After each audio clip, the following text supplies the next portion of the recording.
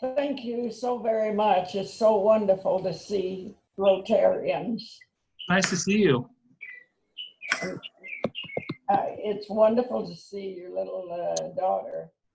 Yeah, she's pretty cool. She's great. She is. Tom, how many people are on?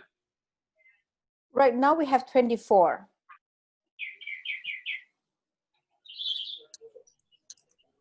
Yeah, we'll give it a couple minutes and then get rolling. Want to say hi? There we go. There, Lucille. All right. Oh, look at that. Look at that. He's got a big sister. I'm so curious. Oh, Look at it. nice. Yeah. Oh, look at the big boy. Lucky sister. Oh, Rex. Yeah. Oh, no, man. He got 4 shots yesterday at the doctor. Oh, God. Those eyes. Look at those eyes.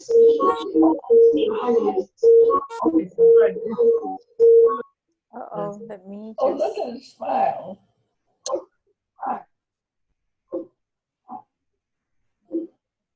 Greg, I'm going to make you co-host right now. Thanks. Oh, you pulling your sister's hair? Okay. All right. Say bye. Okay, say bye. You can come back on when Dr. Lynn's.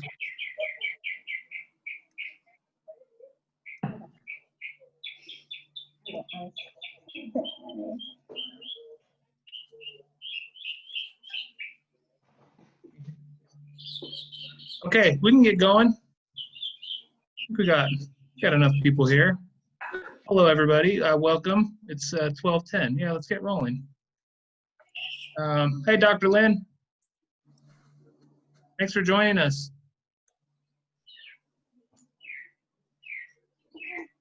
Hello, Dr. Lin. Inviting me. There we go. Good. Dr. Lynn. And what a great backdrop, boy. Yeah, too bad it's not real. Well choreographed.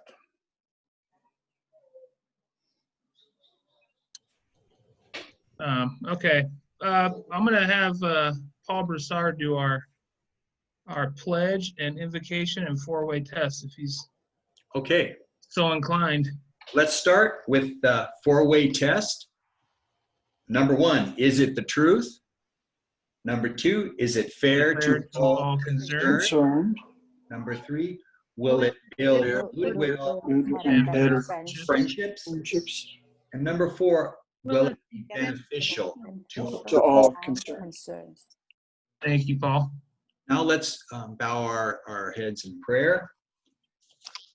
Heavenly Father, we are grateful that we can meet together online and share fellowship and the values of Rotary with our guests and our fellow members. Thanks for helping our club keep going, even though we cannot meet in person or we're used to. Today, we also give thanks for leaders everywhere who must make difficult decisions in tough times, often with inadequate information.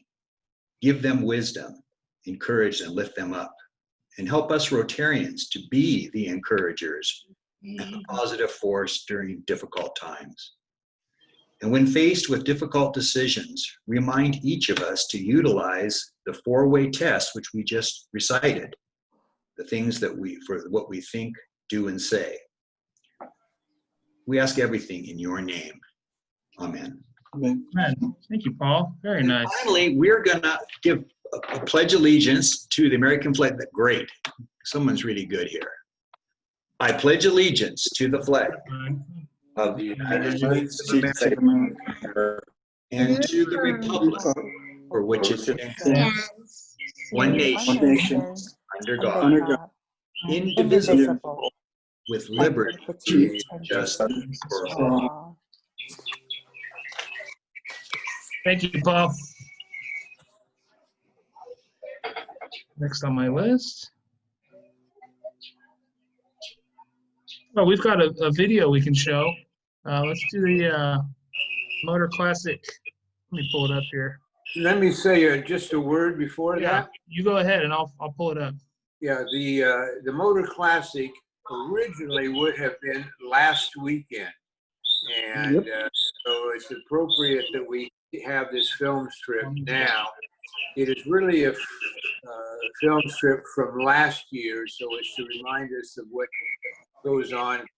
The first part of the video, the first image you're going to see is a nice picture of one of the founders, Ben Reiling. Was Aaron Weiss, Ben Reiling, and Paul Collins, who founded the Motor Classic. Unfortunately, Ben, who was always to me, in fact, I was going to go out to have lunch with him the next week, but last fall he died suddenly. So that's the first image you see.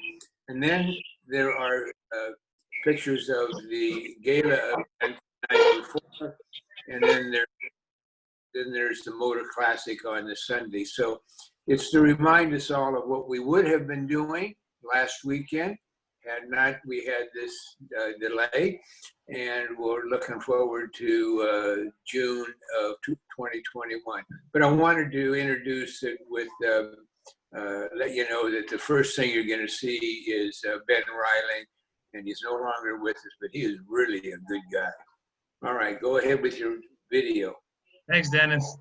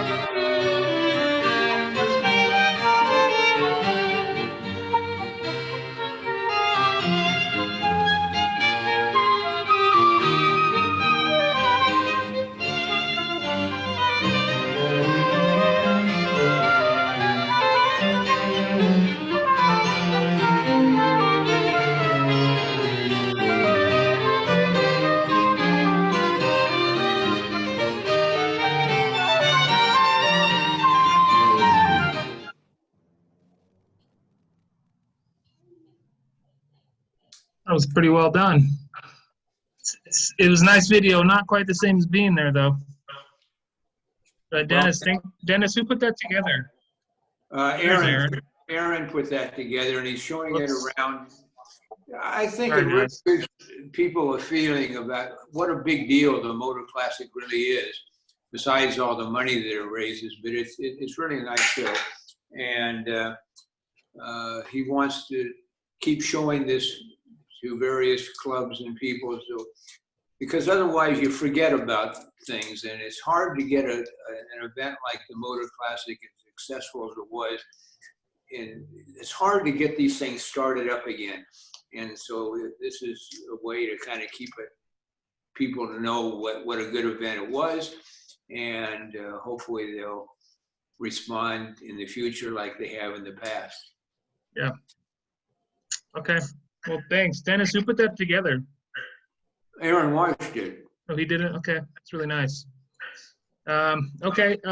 We've got a guest here. If you guys weren't here earlier, I'm trying to find her. Oh, here you are. Devin. Devin is running the YMCA over at South Pass San Marino. Welcome, Devin. Thanks for joining us. Thank you. Happy to be here. And you took over Rick's position? I did. Rick decided him and his wife are moving out to. Cut out for a minute there. Yeah, Devin froze. Arkansas, actually. Oh, okay. Wow. I didn't know they were going that far. Oh. Yeah, sorry, it looks like I'm freezing here a little bit, so hopefully you can hear me, but. We can. Thank you. Yeah, we appreciate you being here. Thank you. All right.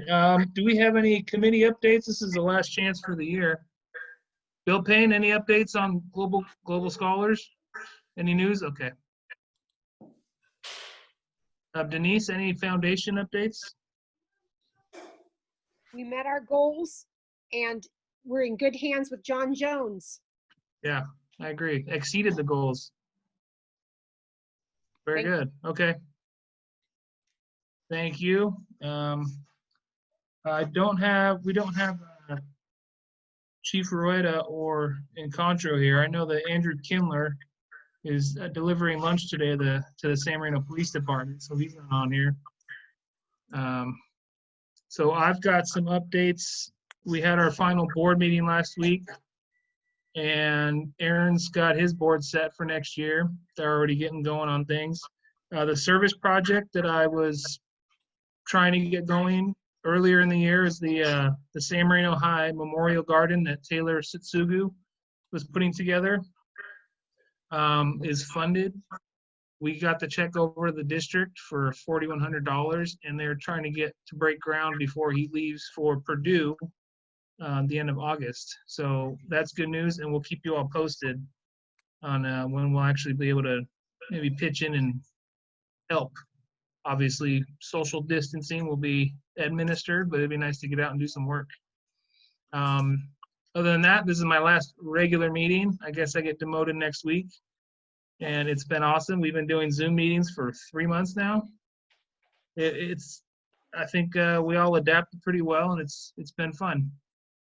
So without further ado, unless anybody else has announcements, I'm going to turn this over to Aaron Gill so he can introduce our speaker. And my wife's boss, Dr. Lynn. Want to be in here? Thank you, Greg. Thanks, Aaron. Okay. Dr. Lynn obtained his bachelor's degree in engineering from the Cooper Union for the advancement of science and art with a full 4-year tuition scholarship. While working as an assistant principal at Credit Suisse First Boston, an investment bank in New York City, he earned his MBA with the intent to continue his career in Wall Street. He worked on projects such as Y2K and Euro currency rollout, decimalization of stocks, and market data and research. However, after the tragic events of 9/11, Dr. Lynn discovered his calling to become a teacher.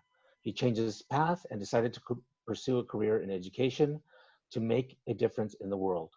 Dr. Lin taught math and computer science in the inner city, New York City, and later at Mark Keppel High School in Alhambra when he and his wife moved to California.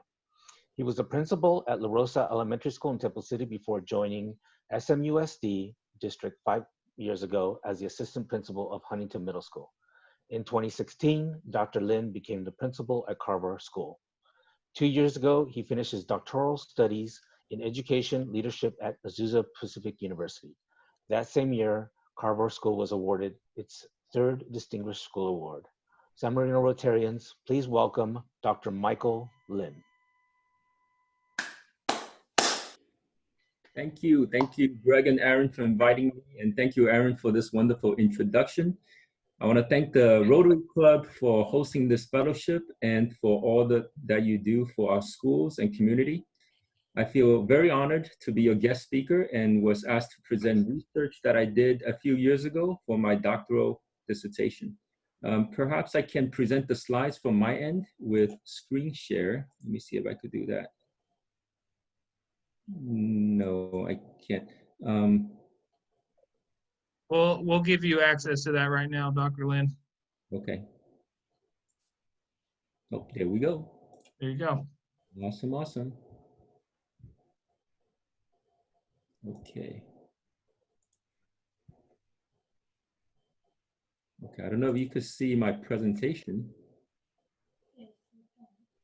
Can you see my slides? Yep, we're good. Yes. We see it. Yes. Okay, great, great. So my dissertation is titled Exploring Relationships Between the Technology Identified in Local Control Accountability Plans. These are the LCAPs in the 80 districts in the County of Los Angeles, and how those technology factors affect student achievement as measured on the Smarter Balance CASP assessments. These are the annual assessments that all students grades 3 and up would take every year.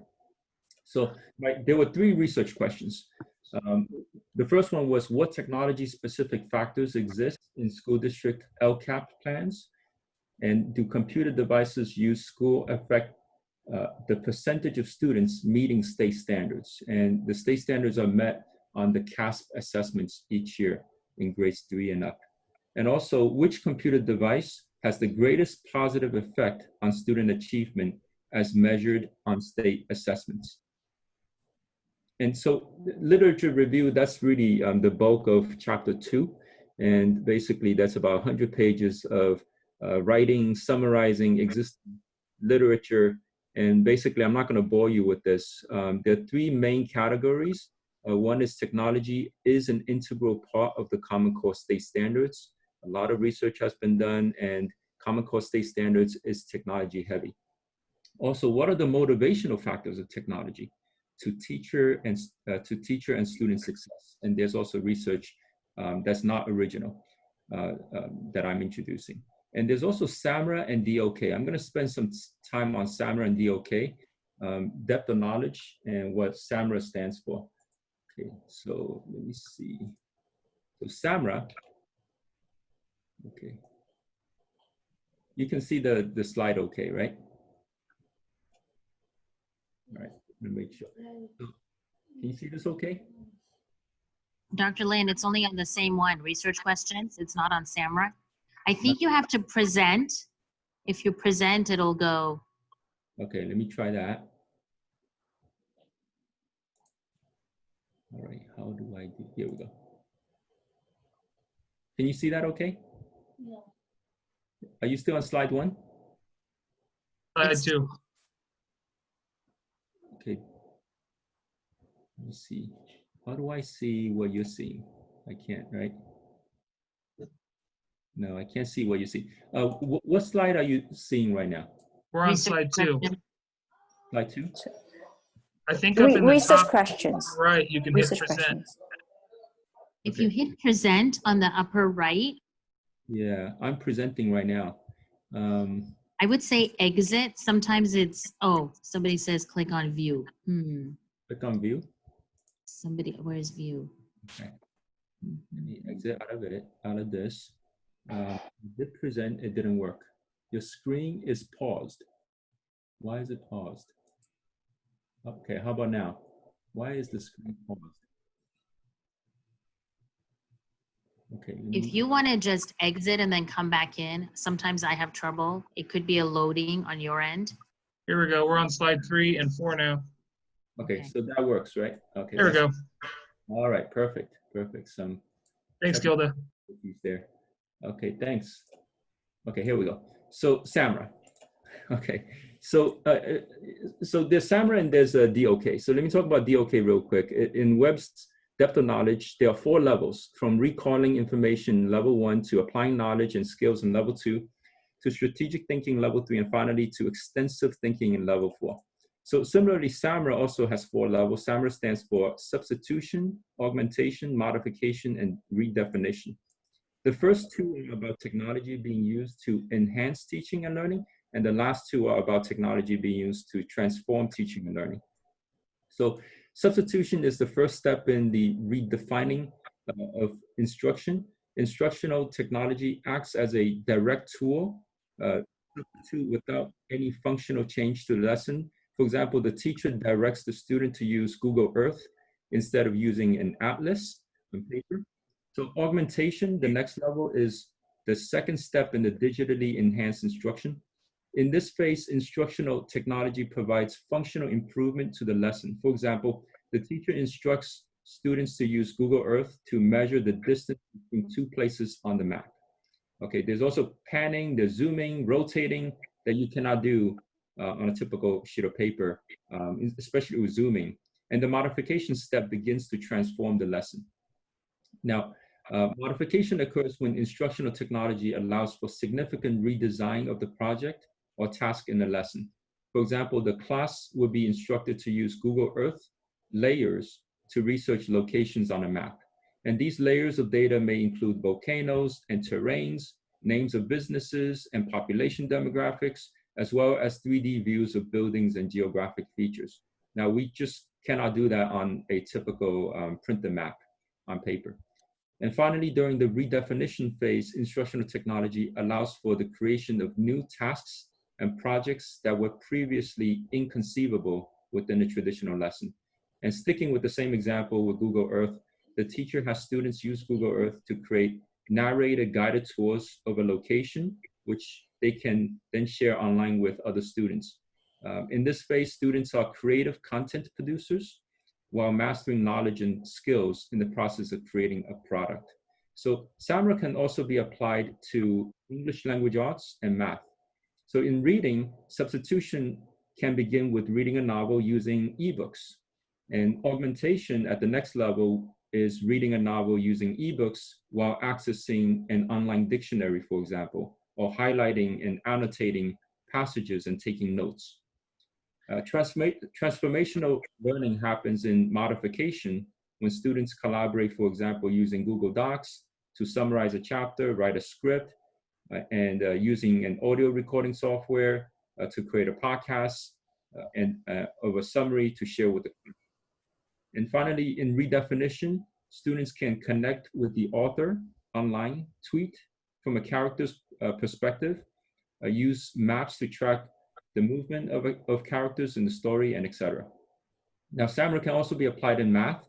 Substitution could be using a digital device to record class survey results, compare with a classmate, and draw conclusions.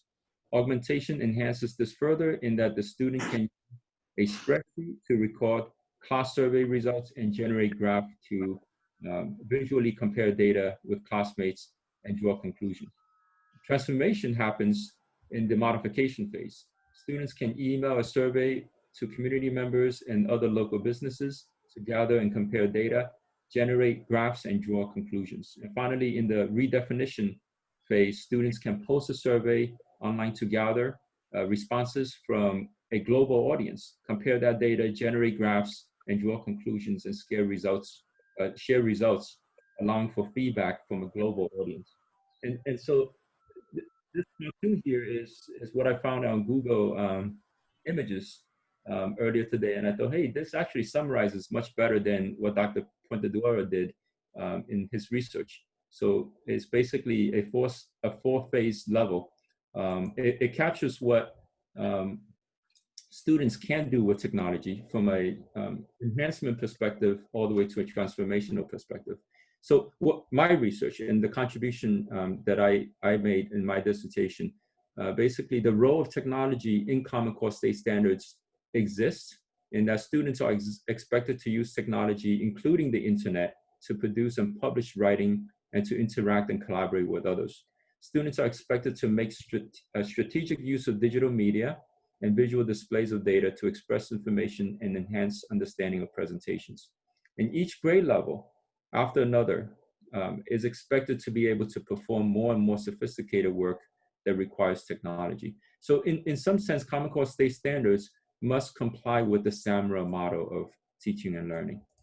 Okay, so the research was conducted in two parts. One is the qualitative part and the other is the quantitative part. So it was a mixed methodology study. So I used Bruce Berg's 7-step approach to content analysis. I went through 80 school districts worth of LCAP plans. Each one is over 200 pages. And the content analysis phase allowed me to systematically create categories of technology that had an impact on student achievement. So the quantitative part uses what's called a univariate analysis of variance. Basically, it's ANOVA for short. And it's a comparison of the state assessment means. Means is a central tendency among the 4 categories of districts. So there are going to be, there were 4 categories of districts as independent variables, and there are 26 dependent variables that are student assessment, student achievement results. And then I did a post hoc procedure analysis to test my methodology to see if the approach was up to par. There were some interesting findings in the post hoc analysis. It did validate the assessment process, the analysis process, and it also found some other interesting results. So the data sources.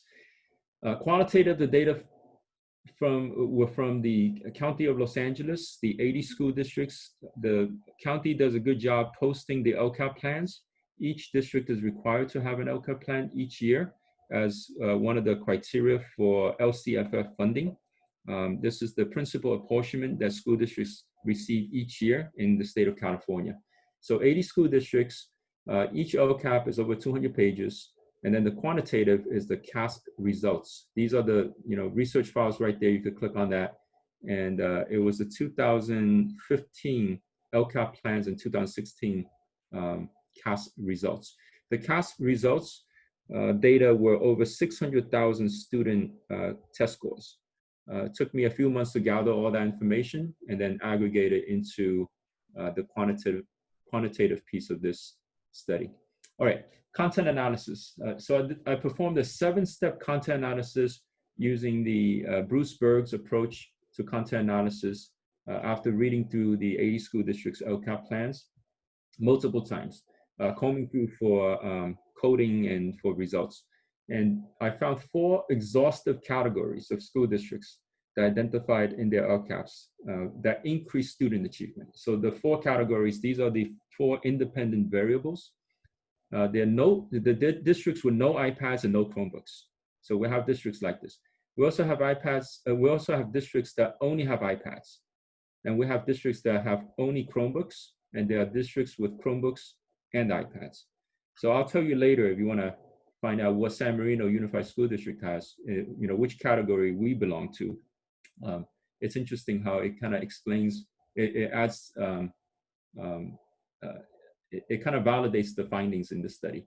So there are 4 categories. These are the 4 independent study variables in the study.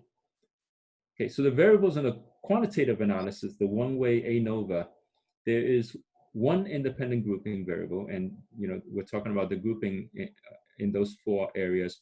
The school districts that have no devices, okay, no iPads, no Chromebooks. There are school districts with iPads only, school districts with Chromebooks only, and then school districts with both types of devices. And there are 26 independent variables. These variables are the test scores for each of the grouping of demographics of students. For example, students with disabilities, students with low income, students who are English learners, students based on race. So we have 26 different categories of test scores based on the subgroups of students. There are 13 subgroups, and then each one has male and female. So I also did a analysis between the two genders. All right, quantitative findings.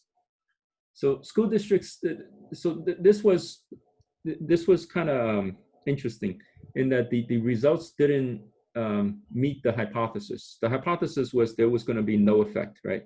The null hypothesis. But the results were significant with a very low p-value indicating statistical significance with this many amount of data with over 600,000 data points.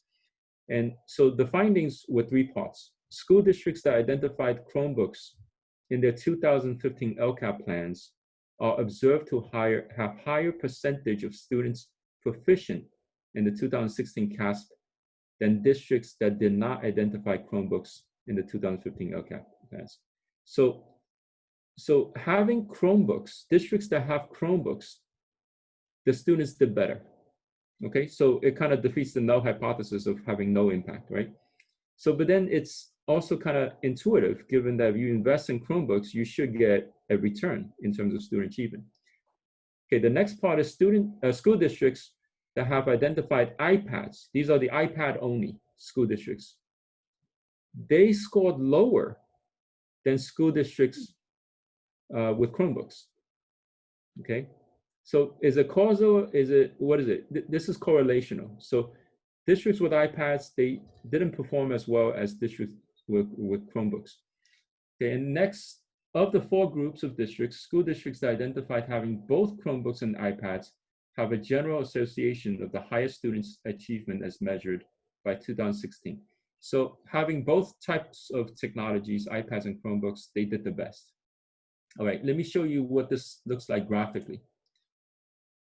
Okay, so the x-axis, we start off with no iPads or Chromebooks.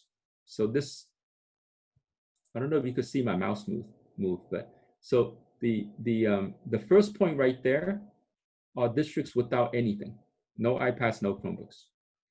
But the districts that have iPads, they did less well than the districts that have nothing, okay? Which was like, whoa, okay, that's, because you need a control group. The control group is districts that don't have anything, right? That's a good measure.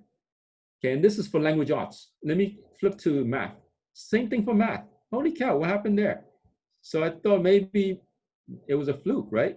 We're talking about 80 school districts, over 600,000 test scores.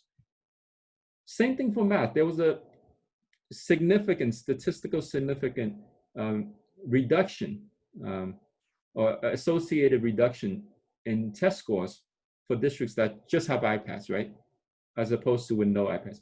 But if you look at Chromebooks only, these are the districts that do better than if districts don't have anything. And then the districts that have iPads and Chromebooks, they did the best. And this pattern is true for both language arts in this case and for math, okay, which is just mind-blowing. Okay, so I went ahead and looked at the student demographics to see if there are any confounding variables that might explain this phenomenon. And districts with no iPads or Chromebooks, that's the control group of districts, right? And districts with iPads only have higher percentages of students with low SES, students who are on free or reduced lunches, or parents who are whose educational level is less than college, and English learners who participated in the 2016 CAS state testing. And however, the average per pupil funding was higher. So funding really doesn't have an impact in the assessment results. We're talking about over 600,000 test results. It kind of validates the findings that we've seen in other studies, where if you have a deficiency of funding, that has a negative impact on student achievement. But if you have enough funding and you try to add more, it really doesn't have a significant impact, meaning there's a law of diminishing returns above a certain point, and it is unique to each locality. So here's the chart in APA format required for APU, and these are the cardinalities in N, and then you have the main part about this chart is you're looking at the average per pupil funding, where you have school districts with no iPads and Chromebooks, they get a lot of funding, much more than what we get. And then we have school districts with iPads only, they also get a lot of funding.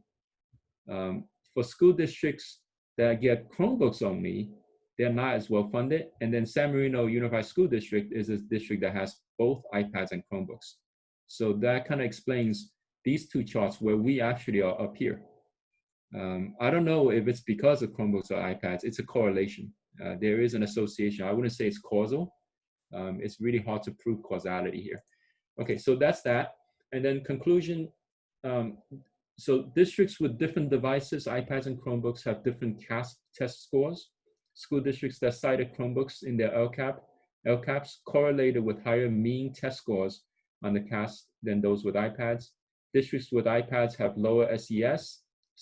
This is students who are on free or reduced than those with Chromebooks. Districts where iPads have higher number of Latino and districts where iPads have higher per pupil funding than those with Chromebooks. And what are the implications? I don't want Apple to come after me with a hitman. So student demographics are potential confounding variables to the findings. I mean, I just looked at it from one variable, one category, which is technology. I didn't look at it from other confounding variables, such as the per pupil funding, SES. Even per pupil funding was kind of validated previous studies about if you get sufficient funding and anything above that really doesn't add to student achievement. It is therefore hard to conclude that devices alone can produce a higher or lower test results. There are other factors involved. And so there are limitations to this. Study 80 school districts in the county of Los Angeles. Compared to the nation, is still a microcosm, even though we are the largest county I think we're still the largest county in the country. And district size and per pupil funding was not considered. And I put that in mainly because Los Angeles Unified was one of the 80 districts. And as a bellwether district, they accounted for more than half of the student test scores. So there was certainly that factor there. So this study focused only on the following hardware: Chromebooks and iPads. This was after combing through 80 LCAP plans for technology factors or factors in general. Initially, I looked at professional development, and then that really was everywhere. It was, you couldn't really, hone in on a measurable independent variable. So I was able to hone in on two pieces in the technology domain, Chromebooks and iPads, to see if those two have any effect on student achievement. And the study did not look into the use of desktops or other devices for CASP testing. So this was done in 2015-16. I finished the program in 2018. Not many schools are looking at desktops anymore. So that's interesting. Even though at that time, I felt that maybe there was a factor, another factor, desktops were involved. So recommendations for future study, further study, study multiple years of LCAP, and this was only a one snapshot, 2015 LCAPs leading to 2016 test scores. And since district level data in my research was in aggregate form, additional research at the site level may provide more details on how teaching and learning differ when one device, iPad or Chromebook, is exclusively used in the absence of another. So more, I would say, qualitative research could also validate or dispute the findings here. So this research was in aggregate form. It didn't look into the details at the microcosm school site level. And that's it. That concludes my presentation. Any questions?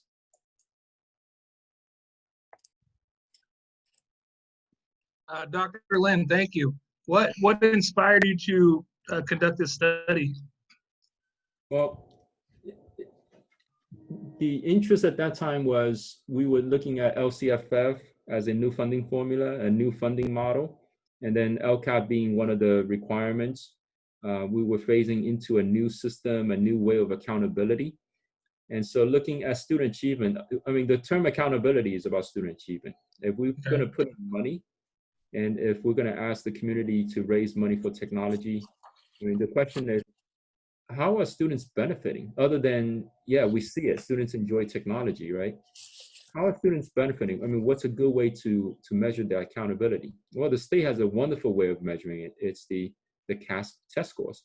It doesn't measure the whole, spectrum of student appreciation for education, but it is a good snapshot, and it is a reliable way to measure district accountability. And so really, from a policy standpoint, for districts that have, a few $1 million sitting there and they want to invest in technology, this is taxpayer dollars, right? And to have policymakers who are better informed would be a win for taxpayers. So that was the original motivation. Can I have more mac and cheese? Huh? There was a question? Can I have more mac Oh, and cheese? that was my daughter asking for more macaroni and cheese. Oh, okay. Hey, Lily. Say hi. Yeah, when can we drop her off at Carver? Got any updates on school? As soon as it's safe. Okay. So a lot of policymakers are looking into that too. Any advancements or anything you could share with us about that? Well, we have the task force meetings, almost on a daily basis. So a lot of it is going to be dependent on the Department of Health and their recommendations. So we're currently in stage 3. But the thing is, with the second wave hitting, it kind of compromises some of the plans. So it's always good to have a backup plan, and to make sure that we have strong connections and healthy connections with the families. The idea is to make sure that students and staff are safe first and foremost. All plans must consider that. I know there are shortages in supplies and difficulties in getting those PPEs, hand sanitizers, masks. We're also looking at policies. If a student were to accidentally or intentionally not wear a mask, or does something that's unsafe in the COVID sense, we're even looking at the site school discipline policy and what kind of other means of corrections. So a lot of procedures, how do we check in students? How do we look at scheduling, student drop-off, being staggered, student pickup, staggered schedule, so then there's social distancing, as well as classroom spacing, classroom disinfecting, HVAC, and seeing how that airflow works, creating an outside safety area. If a student were to have a temperature, you don't want to have that student in the same room or health office with some other student. So many factors. Yeah. So that's pretty much a snapshot of what we're talking about. That sounds pretty tricky. If we have other questions, go ahead and unmute yourself and Dr. Lynn, it's Denise. chime in. Yeah, so I was just reading Ed Week this week, and it said that for a typical school to retrofit for COVID right now would cost about $1.7 million, anticipating that 30% of kids every day would forget to bring a mask, and everything else that you mentioned, the HVAC, the HEPA filters, those kinds of things. That it just seems like we'd be really struggling to come up with those funds unless the federal government popped in money. Are we seeing the federal government wanting to open public schools, especially in this administration, where they've been so much toward privatizing for the advantage of a handful of small corporations? So,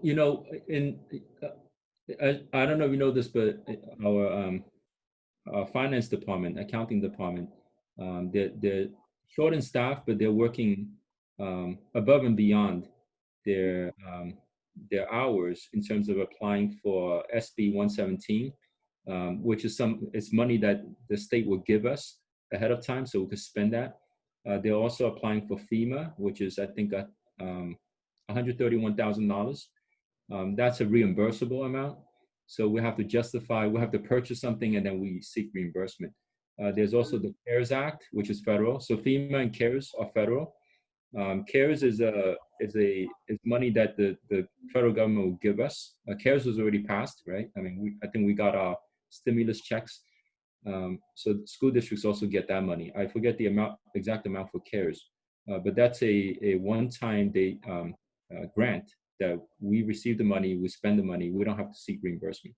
So FEMA is something that we have to spend our money first and then seek reimbursement. It wouldn't be over $1 million. I mean, if you add all that up, I'm not sure how much we get in our district. I'm just doing a quick math proportional to Temple City Unified. They got $90,000 in SB 117, and I think we should get maybe 50 to 60,000. That should be enough to cover for the overtime, maybe cover for some of the costs. The hourly payroll. Well, I know we're going to have to figure that out in some way because we've just cut our janitorial maintenance staff to the bone. And this same study said that you would expect like a 48% increase in the need for janitorial staff. And the way my staff told me, my maintenance guys are like, are we going to clean the tables or are we going to clean the carpets? When there's only one custodian at Valentine scheduled for evening custodial service next year instead of 2 or 3. Right. So those are the constraints that site admins are faced with. And so the tool that we have is to schedule the instructional day around the resources that we have. I'll give you another example. I mean, it's just not only the cleaning schedule. So, I mean, okay, so the cleaning schedule, when I schedule, I want to make sure students have social distancing in place, right? Mm-hmm. So one way of getting there is we have an AM program and a PM program. So then you effectively divide the class size in half if you have an AM group and a PM group. Mm-hmm. Well, with that limitation you're talking about custodial cleaning, I cannot rely on that because if I only have one custodian and we don't have the money to hire another one, it's just the reality of the finances, then I cannot have the AM PM. What's the alternative to that? I can have an AB program. So I can alternate students between different days of the week. So in terms of scheduling, I have certain tools and certain agency to work around some of these constraints. Have you also, go ahead. Yeah, some of that hit some contractual questions with SMTA and et cetera. So it's a multi-pronged, multi-dimensional approach with many stakeholders. Sure. Yeah, go ahead. I was going to say another consideration. I'm not on that task force because I'm busy enough with being the SLP and we're short a speech language pathologist. We've funded for the 4th one now through the San Marino Schools Foundation to rescind that position, but it has not flown yet in EdJoin. So that said, we're busy. But if we look at it, another possibility would be that math and PE be online because both of those activities could be taught very well through distance learning, reducing the amount of expectations to 4 core classes instead of 6 that we could do on an AB schedule. That might be another, I don't know, you're thinking about this as well. We've had many iterations of scheduling drafts coming from teachers, from all participants of our different focus groups. What I discovered in this process is that PE is tied to teachers' prep, which is contractual, and teachers have that 30 minutes of prep each day. Having PE online, we will leave the students unsupervised during that time. So there are certain constraints that we can do. So my goal is to look at the scheduling process to its fullest, max out all the options. One of the factors that will really help in the planning phase would be to know how many families would commit to having their kids be brought back to school and how many families would commit to keeping kids home. Okay, so if I know, let's say 60% are coming back and 60% for sure because they're worried about safety and everything else, they want to stay home and do distance education, then I could plan based on that so much better and put the resources where that input is, right? If we get constant changes, and changes could come from the county too, saying that, okay, because of the second wave, we're gonna have to go to stage 2 now instead of stage 3. Okay, instead of, having 200 or 50 people per group, Now it has to go down to 10, for example. Then what? Then I have to reshuffle my entire plans, and then just changing the plans will be, maybe it takes a day, but communicating it out and making sure everybody gets that communication and understands that would take a while without creating confusion. So We see that already at HMS. I mean, HMS is supposedly a closed campus, and I'm over there working in the Peace Garden, and there are literally dozens of people on the basketball courts playing in the afternoons and evenings. So it's just the idea of, how do we keep, like you said, how do we keep people safe? How do you keep me safe when my kids have special needs and sneeze on me? Even in camera, they sneeze on me. So there's a lot of concern, and that 60% number is probably high right now. right, just, the surveys that have already been done in other school districts, other states. But we did I think our parent group did a quick survey, but that was more of, what do you feel? Perhaps something like, will you commit to this, right? And then this way we could plan so much better in terms of how we allocate resources and put the resources where the needs are. We're looking at, the face masks. Is it required? There is, accumulation of carbon dioxide and breathing issues. Can we enforce that? Those are questions that were asked this morning in one of the meetings. And then face shields, that's another idea. And then plexiglass screens. So multiple ways. And then if the second wave hits and the county says, okay, distance education for everybody, then we gotta stop everything. But instead of doing what we did in March, and this is hindsight is 2020, learning from what happened, it would be great if we could phase into distance education if we have to go to school closure again. This way, then students could bring home materials, and teachers don't have to spend hours upon hours creating content from scratch. Well, we know also that Dr. Wilson talks to other superintendents, and Dr. Chernus has been quoted in our local papers for talking to other superintendents. And Anaheim schools at the middle school and high school level have already said that they're going to be distance learning at least through the end of 2020. They're only 40 minutes south of us. Is there something that they know that we don't know? That they've already made a decision that we are just going to move forward on distance learning through the fall semester?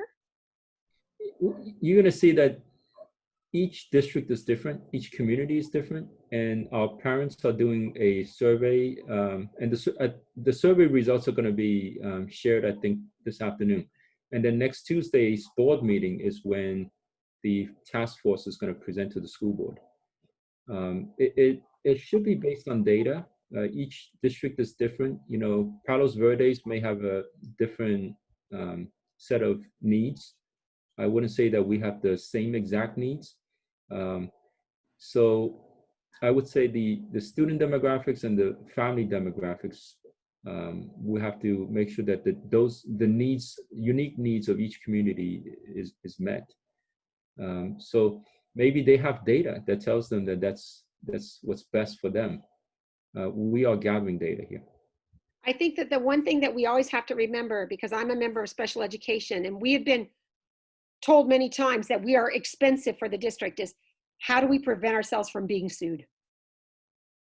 That's, to me, that's the overarching and underlying question for us, because we can't afford that. If we have to keep at least 3% funding so that we're not taken over by the state, how do we prevent ourselves from going into a due process case because of something that was preventable? And Right. I know that's outside my pay range, but that's what I worry about here at home, is Right. that our kids, how do we keep ourselves well, and how do we keep everybody safe? Right. I think, this goes beyond our pay grades. We're all in this industry because we want to make a difference. Yeah. We're going to comply with what the law says, of course, to the best of ability, but it has to be more than that. We're driven by a higher calling, right? We have to, we're doing this because there are other intangible benefits. We want to see the success in our students. And I think a lot of it is building those bridges with our families and understanding, hearing their concerns, understanding their concerns, and being, bringing them in and hearing, making sure they have a voice in the process. And this is where the task force and gathering that data, understanding what the community wants, what the parents want, and then formulating plans that address the needs. I think that's a tried and true process. But deep down, the heart is with the kids. We deeply care about our kids and students. We want to make sure that not just academically they're going to be doing well. Based on my research, it's all about academics. But there's a huge social emotional piece that's not measured in my dissertation. And a lot of good research has been done by other researchers and studies and scholars. And that's the social emotional piece. And that's much harder to measure quantitatively, but qualitatively, there's so many research publications on that, and they're all true. It's how we treat people. It's how we treat our kids, and value their input. The whole SAMR model I introduced earlier, it's about valuing kids. It's allowing kids to have their own agencies, trusting them to create content, and learning at their own rates. You talk about UDL, that's like UDL to the max, right? Yeah. So yeah, it all kind of connects together. Well, I know there's no one in the district I would trust more to lead this committee than you. You have the ability, and you have the brain sense to it and the skill sense to do it in a fair and honest way. So I agree. all the best. I appreciate the confidence. I'm leading the elementary right now. Alana's going to come back, and then we'll co-lead. But we also have 2 teacher leaders. They're doing a great job.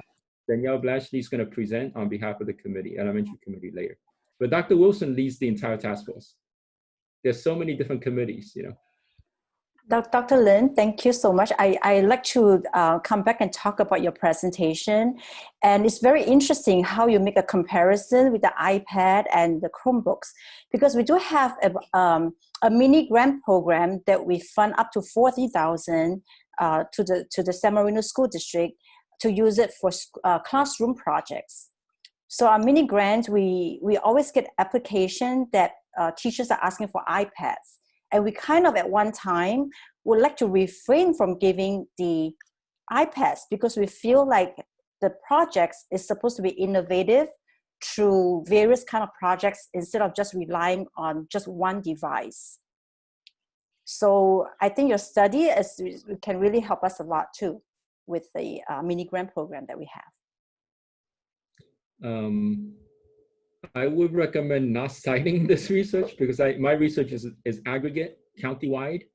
If a teacher wants to do something innovative, I would say if it lines up with the SAMRA model, if the teacher is redefining the teaching learning process, I think you can achieve some major changes in the instructional model.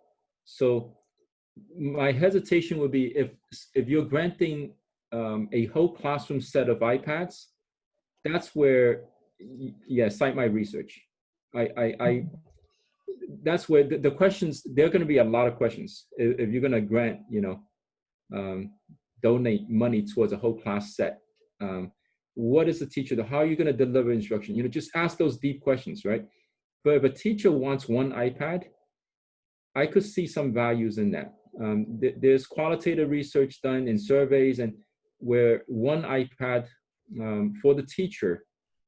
So my research is not, it's only student test results, really large sample sets, correlational study. But I wouldn't generalize it to the point where if a teacher wants an iPad, you're not going to grant it because of my research. That would, I wouldn't use my research for that. But if a whole school wants everything to be iPads, okay, that's where you got to be careful. Interesting. And Maurice, did you have a question? You're on mute. I think I'm good. I just wanted to say thank you, and I guess I do kind of have a question. I was just talking with a client who's a counselor in Carpinteria Unified, and thank you, Dr. Lin. That was a great presentation. I actually I'm pro Android than iPhone anyways, although my kids think I'm weird because I have an Android phone. but she's a counselor in Carpinteria, and they said they started meeting. They're using a system called Aries to start determining how they're going to stagger classes. And she's a high school counselor, so is that going to happen in the elementary school too? That you think there'll be some kind of block scheduling, or some modification? I don't know that they're actually calling it block scheduling, but it seems to have some of those characteristics. Do you think that'll happen in the elementary school? And there was also one more suggestion about. Well, I won't talk about that. So, but that was the main question: is do you think there'll be some form of block scheduling at the elementary level? I would say after many hours of analyzing student dismissal, looking at it from, do we dismiss everybody simultaneously and then just have all students kind of mingle at the pickup area? No, we can't do that, right? So we have to stagger dismissal. If we stagger dismissal, then we have to stagger drop-off. Therefore, we have to have some sort of a staggered scheduling. And I'm thinking maybe for each grade level, staggering. 5th grade gets dropped off first, followed by 4th grade 15 minutes later. And this way we maintain some level of social distancing. Otherwise, we're gonna face, a crowded driveway in the morning and a crowded driveway in the afternoon.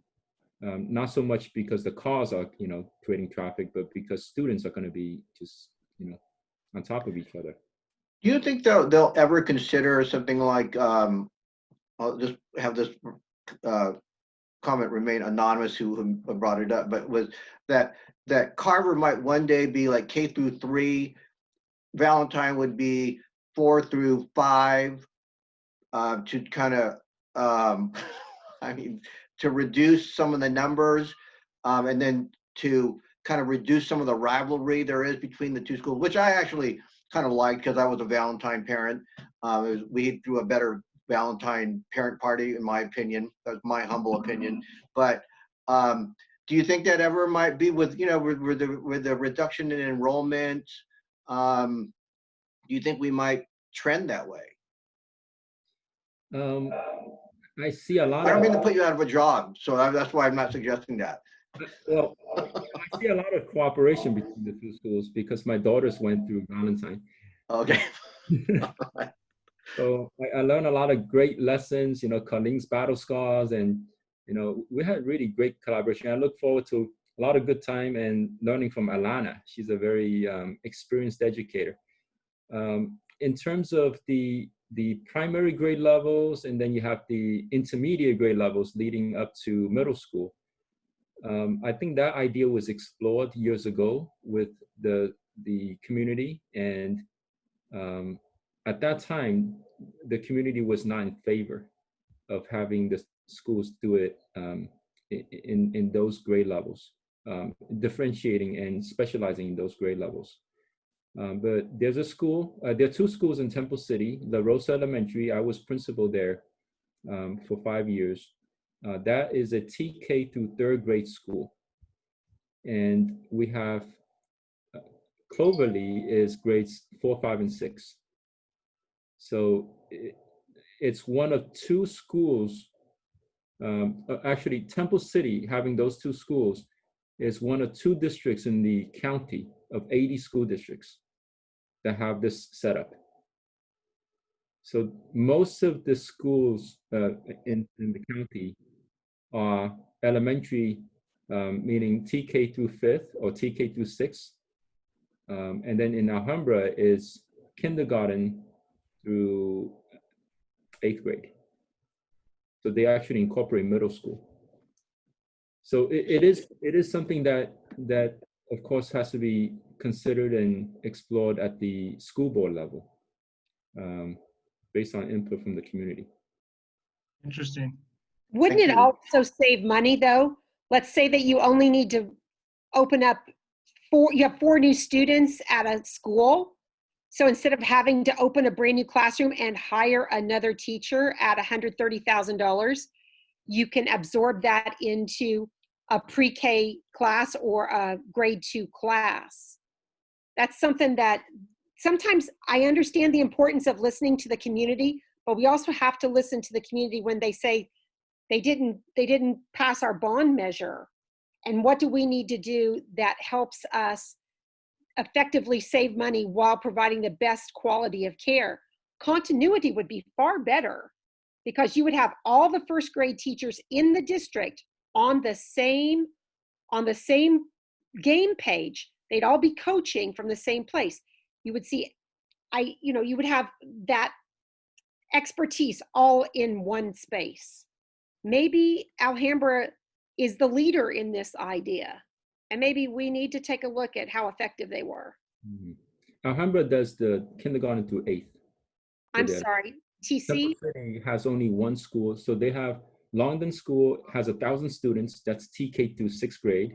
Emperor School has TK through 6th grade, and they have about 700 kids. And then they have 2 elementaries that are split like this, specializing in primary and intermediate. That's With La our- Rosa overly. With our current declining enrollment, between that or giving everybody the Willy Wonka golden ticket to invite more people in from outside the district, that's our other choice in order to increase funds. Yeah, I'm not sure if Temple City saves any money doing that though, because if they do save money, then the school that has 1,000 students, Longden Elementary, they should split actually. They've been sputtering recently with just the size of the elementary school. So if Cloverly and La Rosa combined has about 1,000 students and they're doing so well, let's say financially, I think other school districts would have picked that up. Not just other school districts. Temple City would have split up Emperor and Longden too, but they didn't. So there has to be some good reasons. There are pros and cons. And usually, those are uncovered when we have many eyes and many, people looking at a question. Thank you, Dr. Lin. I appreciate you coming on. This is my last meeting as president for the year. I get demoted next week, so it was a joy to have you shut it down for me. We're going to donate a book to the Crowell Library in your name. That's what we do when we have speakers on, and this has been really interesting. Thank you. I would like to have Isaac Hung unmute himself. He's got some good news to share with everybody. Well, I'm Hi, Isaac. going to be a grandpa pretty soon. So Dr. Lin, wait for 5-6 more years. They're coming in. Nice.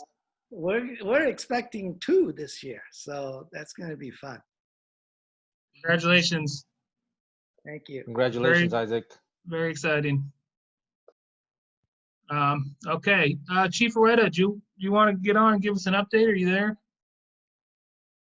I am. I got tied up earlier, but Excellent. Thank you. I can do that. So the city's been working hard, participating on the school reopening task force, but also on our own reopening plans. We're anticipating sometime in early July that we'll be looking at trying to get city operations back to normal, and that really primarily is planning and building department, and we'll be doing some of the summer camps in the recreation department. So lots of preparations going on, as you can imagine, trying to make sure both employees are safe and that residents are also kept safe when they come to visit. I will tell you, we participate on a number of conference calls, and while we are in stage 3 of the reopening and things seem to be returning to normal, the virus, at least what we're being told, it isn't quite cooperating. It's still here, and one of the most concerning numbers is the effective transmission number, which is the R number, and that number has gone up. And when it goes up above 1, those cases just start to exponentially increase the infection rates of persons. So We're still being very careful, and particularly if you are in a at-risk group, you should be continuing to do what you're doing to stay safe, because the virus is still here, and there's a number of states that opened up, and they're going through their, their infection rates, and we are starting to see a little bit of that here in LA County, and it was expected, but they're watching it closely and trying to make sure that all our county residents are safe. I also wanted to just give a pitch. If you're interested, look on our website, and there is a link to our annual report, and it describes the work of the fire department. And it's a little late because of the preparations that came with this virus and some of the civil unrest, but it is on there if you'd like to read about what we do, and is available to you. And unless there's any questions, that concludes my report. Thank you, Chief. Any questions? One question. How do you feel that Rotarians in San Marino should support inclusivity? My kids ask me and I go lead by example. What do you recommend as a Rotarian yourself that we can and should do? Well, that's a big question for a fire chief, but I do think you're spot on. I think one of the leadership tenets that if you can't do anything else, lead a good life and lead by example. It's one of the most powerful influencers. But I think the more that people become informed and educated, they become more aware of what's happening around the world and what's happening in our country. And I think it starts to put some flesh on some of these problems, the more we can become educated about what is happening. At least that's what I do, and what I suggest to even some of the firefighters that ask. Sometimes we get, or at least I find myself narrowly focused, and when we can look outside of what we're doing, become aware of others' plights, starts to be a little understanding.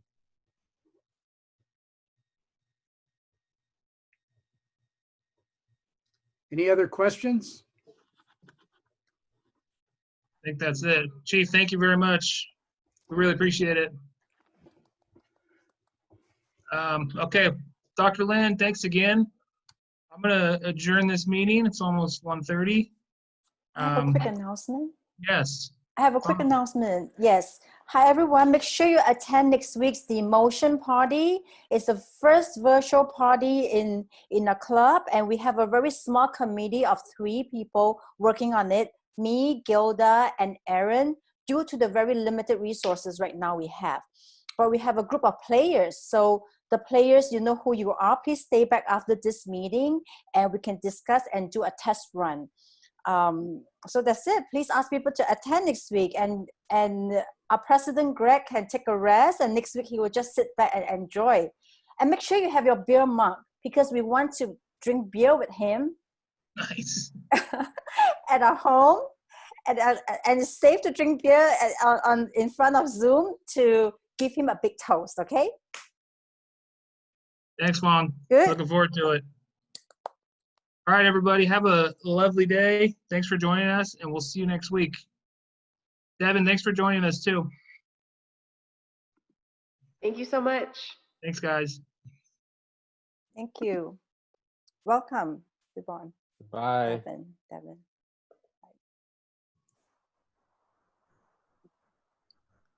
Gilda, are we staying back? Yes. Well, we're going to my Zoom. That's the email I sent. Okay, let's go to your Zoom. All right, bye. Let's All right, bye. Bye. Good, thanks.